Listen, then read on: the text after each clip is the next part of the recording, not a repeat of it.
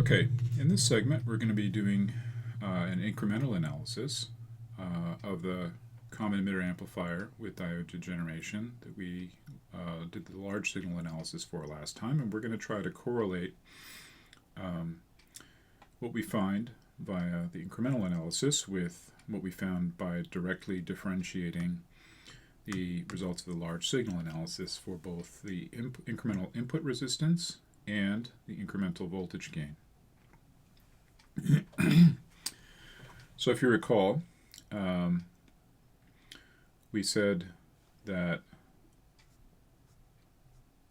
we have these two transistors here, and they are both matched to each other, and they both are operating at the same temperature, so they should have the same terminal currents if they had the same voltages applied.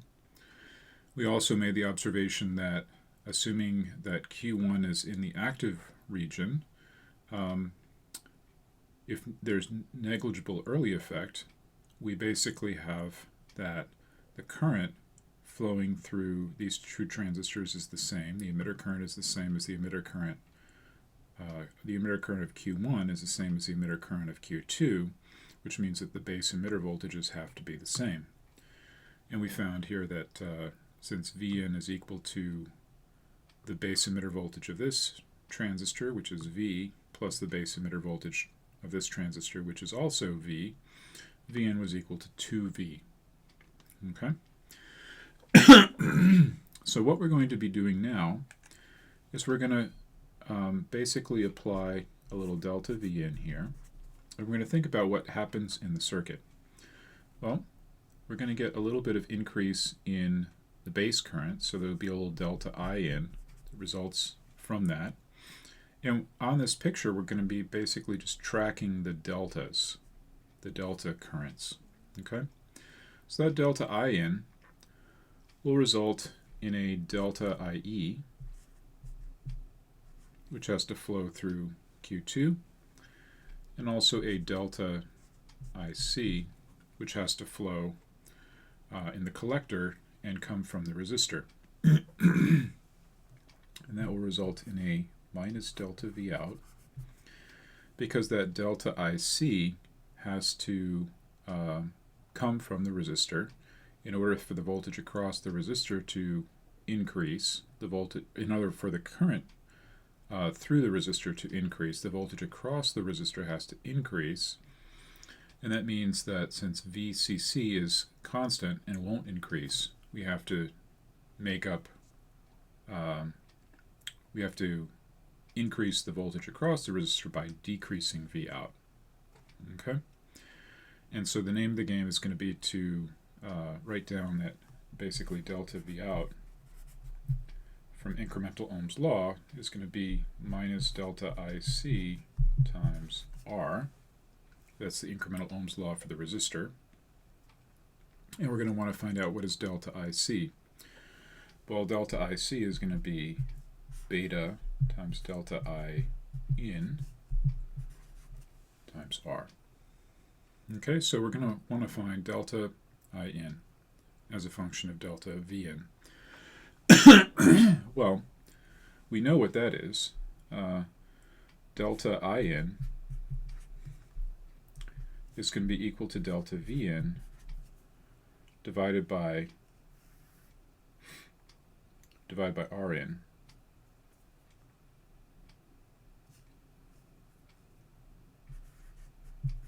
Which is the incremental input resistance of the of Q1, right? So Q1, we're looking at the base, and we have a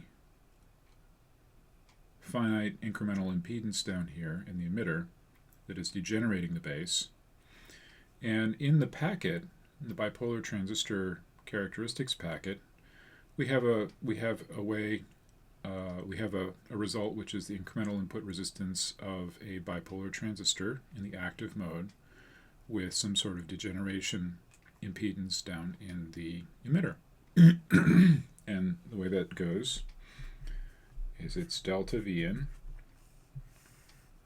divided by little rb sorry, times beta plus 1, or little rb plus beta plus 1 times whatever the degenerating resistance is down here. In the packet it's Rx, it's just a cloud with some abstract nonlinear element here. Here X is basically the diode connected Q2. And so we have a symbol that we used in Prelab 2 for that, which would be little rd, the dynamic resistance of the diode.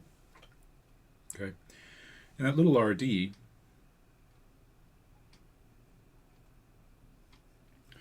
so rd was the diode resistance, which was ut over I.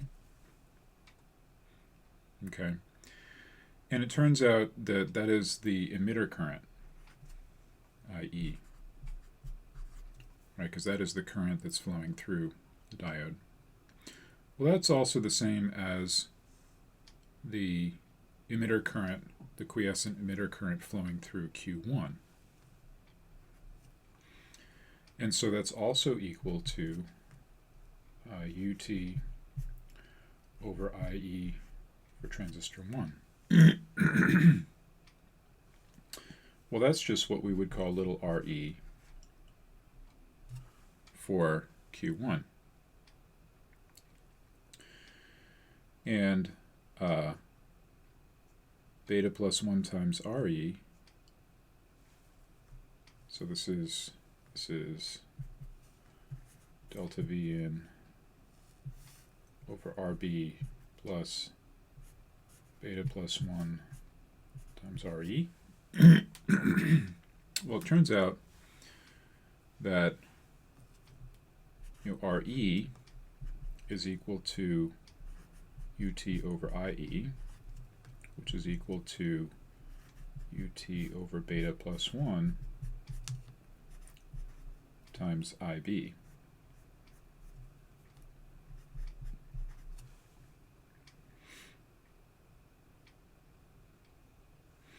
Okay, so this is equal to, since UT over IB is RB over beta plus 1.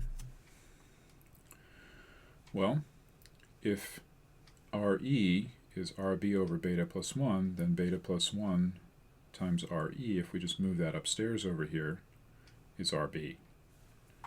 So this is just implying that RB is beta plus 1 times RE. And so this is just delta Vn over 2RB, little rb.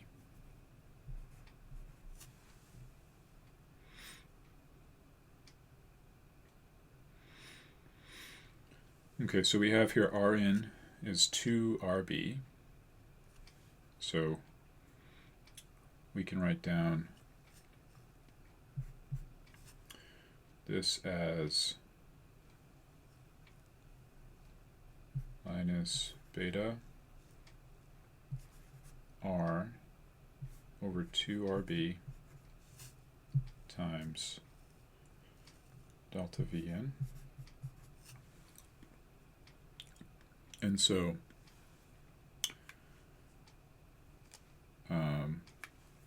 we actually have both results here. So remember, our original assertion was that delta In was delta Vn over Rn. Okay, and we have that equals to delta Vn over 2RB, so we have that Rn is equal to 2 little rb, and we have that A, which is basically delta V out over delta Vn, is equal to minus beta R over 2RB.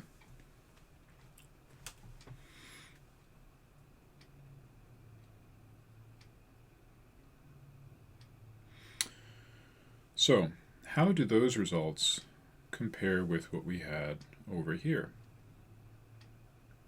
Right? Well, let's think about A first. Okay, so we have a minus R. So that checks out. Then we have a 2.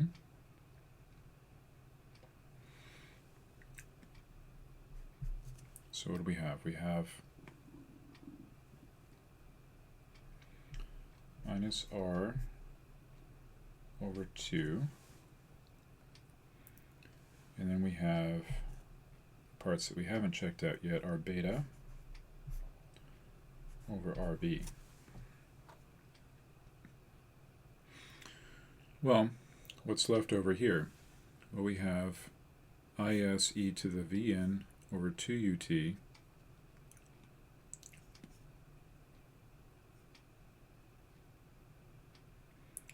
divided by ut. Well,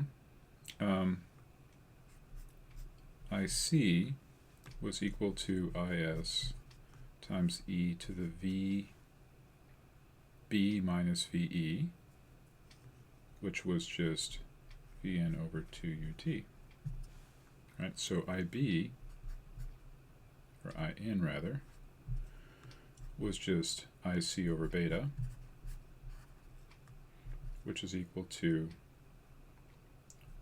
IS e to the Vn over 2 ut divided by beta. Well, little rb is just ut over, in this case, in, which is ib. So that's equal to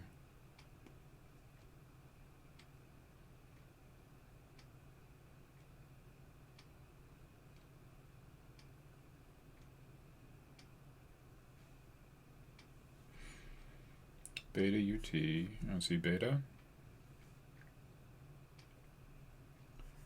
ut over is e to the Vn over 2 ut.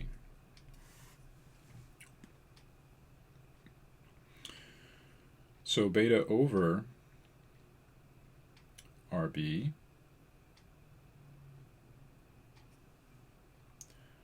would be equal to,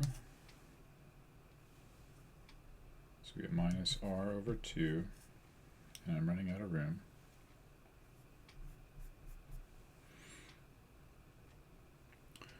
So let's, why don't we move this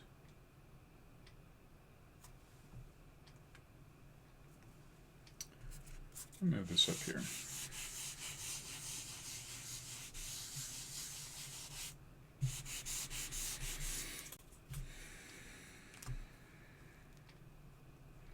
So A was equal to minus beta R over 2RB, which is minus R over 2 times beta over RB. We just found out that RB is beta ut over is e to the Vn over 2 ut. And so this is equal to minus R over 2 times beta divided by RB. And so RB downstairs would give us a beta ut from the beta ut upstairs here, and that would give us, I would flip this part upstairs, is e to the Vn over 2 ut.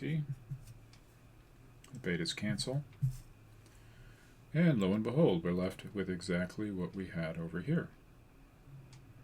Okay, minus R over 2 times is over ut e to the Vn over 2 ut.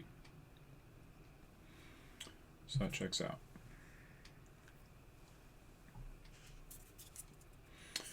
Now what about this Rn equals 2 times little rb? Well, rb is just ut over in.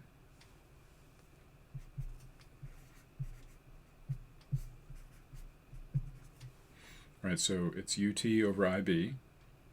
IB in this case is just IN, and so it's 2 times that, and that's exactly what we found last time. So that also checks out. Okay. So we're not always going to be able to do a large signal analysis and find these kind of quantities that we might be interested in by directly differentiating the result. But we can always do this sort of incremental analysis where we basically linearize all of the nonlinearities and we truncate after the first order term in the series expansion, and then we obey basically the linear circuit analysis laws that we've been studying. And it takes a little bit of practice and a little bit of getting used to some of these ideas, like tracking the increments on the circuit diagram rather than keeping track of all of the quiescent currents. But that comes with some practice. Yeah, that's it for this one. So that'll be a short segment, and we'll talk about some other things in the next one. All right, thanks. See you next time.